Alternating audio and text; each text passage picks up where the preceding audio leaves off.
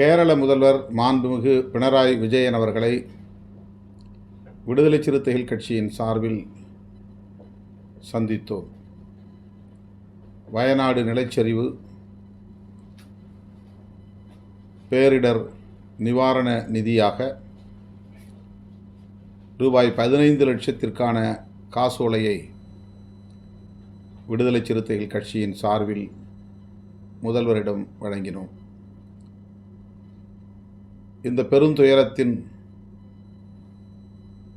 பாதிப்பிலிருந்து கேரள மாநிலம், கேரள மக்கள் மீண்டெழ வேண்டும் என்பதை அவரோடு நாங்கள் பகிர்ந்து கொண்டோம். இவ்வளவு பெரிய பேரிடர் நிகழ்ந்து 400க்கும் மேற்பட்டவர்கள் பலியாகியிருக்கிற நிலையில் இந்திய ஒன்றிய அரசு இன்னும் இந்த பேரிடரை ஒரு தேசிய பேரிடராக அறிவிக்கவில்லை என்பது அதிர்ச்சி அளிக்கிறது. மறுவாழ்வுக்காகவும் மறு கட்டுமானத்திற்காகவும் போதிய இழப்பீட்டை இன்னும் வழங்கவில்லை என்பது கூடுதல் அதிர்ச்சியை தருகிறது. தேசிய பேரிடர் என்று அறிவிப்பதற்கு சட்டத்தில் எந்த இடமும் இல்லை, அதற்கான விதிமுறைகள் இல்லை என்று இந்திய ஆட்சியாளர்கள் தரப்பில் கூறப்படுகிறது. அப்படியென்றால் அந்த சட்டத்தில் திருத்தத்தை கொண்டு வர வேண்டும். தேசிய பேரிடர்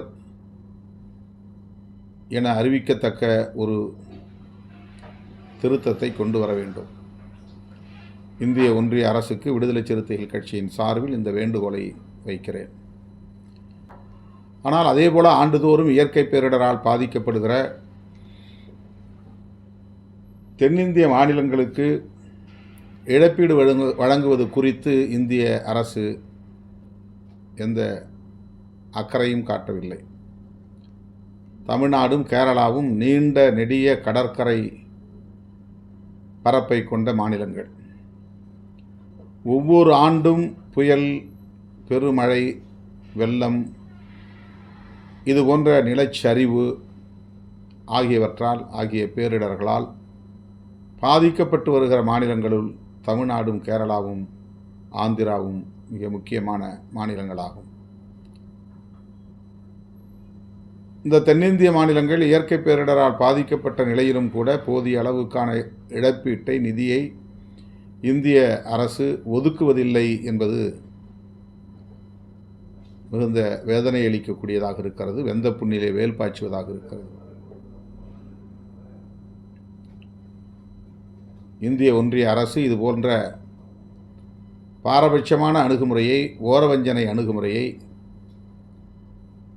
கைவிட வேண்டும் என்று விடுதலை சிறுத்தைகள் கட்சி வலியுறுத்துகிறது.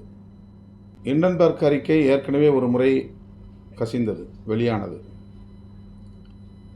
அதானியின் ஊழல் முறைகேடுகளை பற்றி அம்பலப்படுத்தி இருந்தது. ஆனால் பெரிதாக ஊடகங்களில் கூட விவாதிக்கப்படவில்லை என்பது குறிப்பிடத்தக்கது. மீண்டும் அதனை அம்பலப்படுத்தி இருக்கிற சூழலில்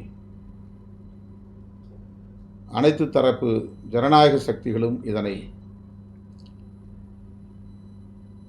விவாதிக்க வேண்டும், அழுத்தம் கொடுக்க வேண்டும்.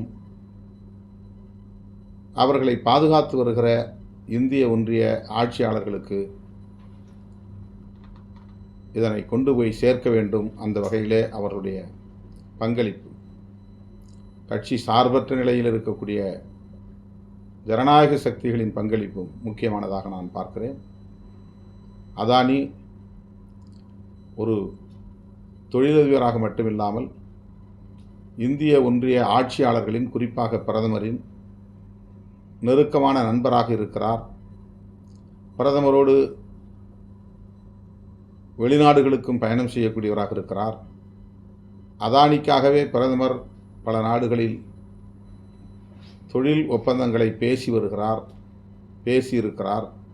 என்கிற நிலையில் ஹிண்டன்பர்க் அறிக்கை மிகவும் முக்கியத்துவம் வாய்ந்ததாக இருக்கிறது. இதை இந்திய அரசு உரிய முறைப்படி விசாரிப்பதற்கு முன்வர வேண்டும் என்று வலியுறுத்துகிறேன்.